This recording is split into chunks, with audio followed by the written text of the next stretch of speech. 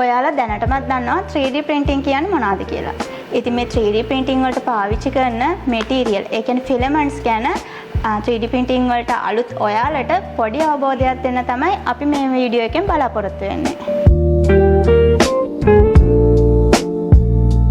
මේ තමයි PLA material එක. මේ PLA material එක 3D printing වල famous material එකක්. සහ වැඩිපුරම use කරන material එකක්. අපි බලමු ඒ ඇයි කියලා. ඔයාලට මේ material එක print කරන්න හරිම ලේසි. ඒ කියන්නේ user friendly. ඒ වගේ smell එක අඩුයි. එතකොට wrap වෙන එක අඩුයි. ඒ වගේම beginners වලට ගොඩක්ම පහසුවෙන් 3D print කරගන්න පුළුවන් material එකක් තමයි මේ PLA material එක. එතකොට මේ PLA material එකෙන් මොන වගේ දේවල් ඔයාලට print කරගන්න පුළුවන්ද, මොන වගේ දේවල් වලට use කරගන්න පුළුවන්ද කියලා අපි චුට්ටක් බලමු.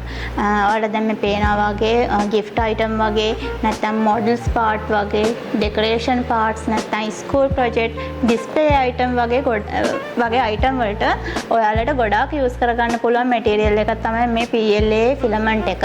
එතකොට තව වැදගත්ම දෙයක් තමයි මේ filament එක ඔයාලට use කරන්න පුළුවන් හොඳම තැන indoor use කරගන්න තමයි. outdoor use කරගන්න බෑ. තද අවුවට ඒ කියන්නේ තද රස්නයට මේක melt වෙන්න බලනවා. ඒ නිසා ඔයාලට මේක හොඳටම user friendly වෙන්නේ ඔයාලා indoor use කරනවා නම් තමයි. මේ තමයි PETG filament එක. මේ filament එක PLA filament එකට වඩා ගොඩක් strong, ඒ වගේම durability එක වැඩි filament එකක්. මේ filament එක ඒ වගේම වතුර වලට සහ chemical වලට ගොඩක් කොරොත්තු දෙන filament එකක්. ඔයාලට මේ filament එක පාවිච්චි කරලා ගොඩක් heavy parts වගේ model වගේ දේවල් කරගන්න පුළුවන් හැකියාවක් තියෙනවා.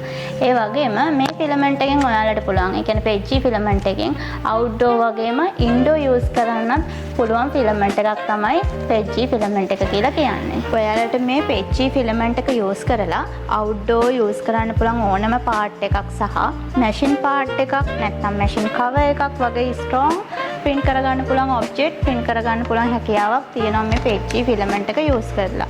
ඒ වගේම smooth finishing එකක් හා strength එක යන දෙකම ලැබෙන filament එකක් තමයි මේ PETG filament එක කියන්නේ. ඔයා 3D print එකක් කරන කෙනෙක් නේ. ඉතින් ඔයාගේ 3D print එක කරද්දී ඔයා filament එකක් තෝරගන්නවානේ. ඉතින් ඒ filament එක තෝරගන්නකොට ඔයා බලන්න ඕන tips ටිකක් තියෙනවා. ඔයාගේ 3D print එකට ඔයාගේ object එකට හරියනම filament එක කොහොමද තෝරගන්නේ කියලා ඔයාට දැන් අපි කියලා දෙන්නම්. filament එකක් තෝරගන්නකොට ඔයා බලන්න ඕනේ මේ filament එක ඔයාගේ 3D print එකට strength එක ඇතිද? එතකොට flexibility එකක් ඔයාට ඕනේද? එතකොට ඔයා use කරන 3D print එක වගේ object එක අනුව ඒක උෂ්ණත්වයට තියන්න පුළුවන්. ඒ කියන්නේ outdoor තියන්න පුළුවන් filament එකක්ද?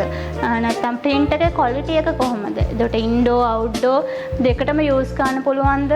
ඔයාගේ 3D print එක. ඒ කියන්නේ ඔයාගේ අවශ්‍යතාවය මත කොහොමද මේ material එක තෝරගන්නේ කියලා ඔන්න ඔය කරුණු ටික ඔයා හොඳට අවධානයෙන් බලලා තමයි material එකක් තෝරගන්න ඕනේ. ඔයා හරිම material එක තෝරගත්තොත් ඔයාගේ object එකට print quality එක වගේම durability එක යන දෙකම ඔයාට වාසිදායක වෙනවා.